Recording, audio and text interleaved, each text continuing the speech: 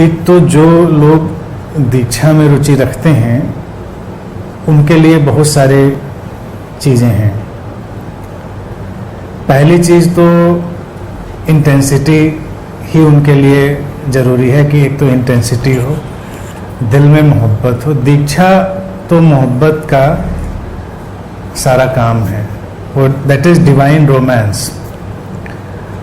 और अगर वो इंटेंसिटी है, शिद्दत है, तो दीक्षा के बहुत सारे टाइप होते हैं। जिस दीक्षा से ज़्यादातर लोग परिचित हैं वो दीक्षा तो स्थूल फॉर्म में ही होती है कि खोजी आता है, साधक आता है और जो गुरु है उसको आमने सामने दीक्षा देता है। और इस तरह की दीक्षा जो है ये देश और काल के सीमा में कैद है, टाइम और स्पेस में। लेकिन दीक्षा के और प्रकार हैं जो टाइम और स्पेस में कैद नहीं हैं, वो भी संभव हैं। जैसे कि कभी कभी कुछ परिस्थितियां, कुछ ऐसी चीज़ें हों और व्यक्ति स्थूल रूप में उपस्थित ना हो सकता हो, तो एक स्वप्न दीक्षा की पद्धति भी होती है परंपरागत रूप में। अगर साधक रिसेप्टिव है तो जो गुरु है वो उसके स्वप्न में प्रकट होकर उसको दीक्षा दे देता है, या उसको जो भी सीक्रेट शेयर करना होता है वो कर देता है। और ये रेयर नहीं है, इसका उपयोग बहुत किया गया है और इस विधा पर बहुत काम किया गया है। तो स्वप्न दीक्षा भी संभव है। और जो अपने मनोलोक में है वो तो है ही है। मूलतः स्थूल के बाद नंबर 2 पर इस स्वप्न दीक्षा का सूक्ष्म रूप में बहुत उपयोग किया गया है। और कुछ रेयर कंडीशंस में, rare of the rarest condition में, जब मास्टर सूक्ष्म स्थिति में प्रकट होकर भी दीक्षा दे देता है। और इस दीक्षा का उपयोग वो मास्टर भी करते रहे हैं जो शरीर छोड़ चुके हैं, जो अब शरीर में नहीं हैं, लेकिन कभी कभी वो भी प्रकट हो जाते हैं। तो ऐसे एविडेंसेस हैं, ऐसी घटनाएं हैं कि ऐसी घटना होती रहती है। लेकिन इनमें से किसी भी बात की आकांक्षा करना उचित नहीं है कि हम कोई आकांक्षा करें कि हमारे साथ ऐसा हो वैसा हो। आपकी यात्रा में, आपकी डेस्टिनी में कौन सी चीज़ फिट बैठती होगी वो चीज़ हो जाएगी।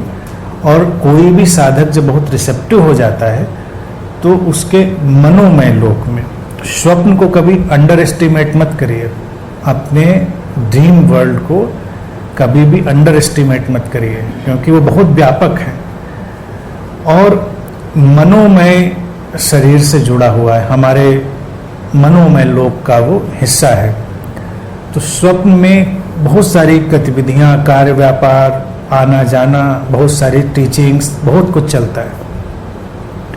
कई लोगों को कई बार ऐसा अनुभव होता है कि अपने स्वप्न में वो कहीं चले गए और बड़ी एक्टिविटीज़ हुई, बहुत कुछ उन्होंने सीखा, पढ़ा। ज़्यादातर लोगों को वो सब विस्मृत हो जाता है, भूल जाता है, लेकिन कुछ लोगों को याद भी रह जाता है। वो गए और उन्होंने क्या किया उनको वो भी याद रह जाता है। कई लोग ऐसे हैं जिन्होंने स्वप्न में बहुत सारी चीज़ों का अध्ययन कर लिया जो सामान्य रूप से संभव नहीं था, यानी कोई ऐसी गुण, ऐसी कोई शिक्षा जो उनको ऐसे उपलब्ध नहीं हो पा रही थी। और अचानक जब वो जागृत अवस्था में आएंगे तो उनके अंदर से वो सारी चीज़ उभर कर सामने आ जाएगी। तो स्वप्न का जगत चूँकि हमारे मनों में जो कोष है उससे जुड़ा हुआ है, उससे तो उसमें बहुत सारी घटनाएं होती हैं। और जो मास्टर्स हैं अक्सर इस विंडो का उपयोग करते हैं। तो हर सपना केवल सपना कहकर टालने वाला नहीं होता कि बस केवल सपना था, वो एक रियलिटी है। और तिब्बत में इस पर बहुत काम किया गया। वहाँ उन्होंने पूरा एक स्कूल, थॉट स्कूल डेवलप किया स्वप्न योग के नाम से, जिसमें स्वप्न के माध्यम से ही बहुत सारी चीज़ों का आदान प्रदान, मैसेजेस का लेना देना और बहुत सारी चीज़ें संभव थी। जैसे कि अभी तो ऐसा लोगों को लगता है कि सपना बड़ी निजी बात है, आपके अंदर आया तो आपकी बड़ी निजी बात है। लेकिन अगर स्वप्न योग की साधना में कोई हो तो वो निजी बात नहीं है। जो आपके मनोमय लोक में प्रवेश कर सकता है वो आपके सपने भी देख सकता है और आप भी देख सकते हैं। तो ऐसे भी सिद्ध लोग रहे, ऐसे साधक जो उस पद्धति का उपयोग करते रहे। फिर तिब्बत में चूंकि इसका प्रयोग बहुत हुआ, और मेरी दृष्टि में तिब्बत का जो बिखराव हुआ, जो उसका नष्ट होना हुआ, वो इस ज्ञान की वजह से भी हुआ, क्योंकि ये ज्ञान फिर उन लोगों के हाथ में भी चला गया जो चेतनागत रूप से उतने विकसित नहीं थे। यानी कि इस पद्धति को साधने के लिए बहुत विकसित होने की जरूरत नहीं है, हालांकि विकसित लोग इसका उपयोग करते रहे हैं। और जब कम चेतनागत विकसित व्यक्ति ऐसी विद्याएं जान लेता है तो उनका दुरुपयोग करता है।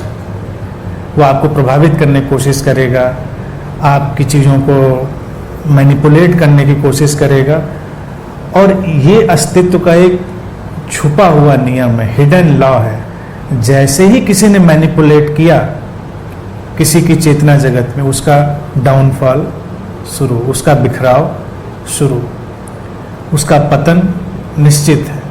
हर रूप से पतन, शारीरिक, मानसिक, भौतिक, आध्यात्मिक। बहुत सारे गुरुओं को भी आपने देखा होगा बिखरते हुए, आसमान पे उठते हुए, नीचे जमीन पर गिरते हुए। तो ऐसा नहीं कि वो हमेशा से ही ऐसे होते हैं दुष्ट या भटके हुए। पता चलता है उनके पास कोई चीज़ है एक्सेस करने के लिए, जिस दिन उसका वो मिसयूज करते हैं।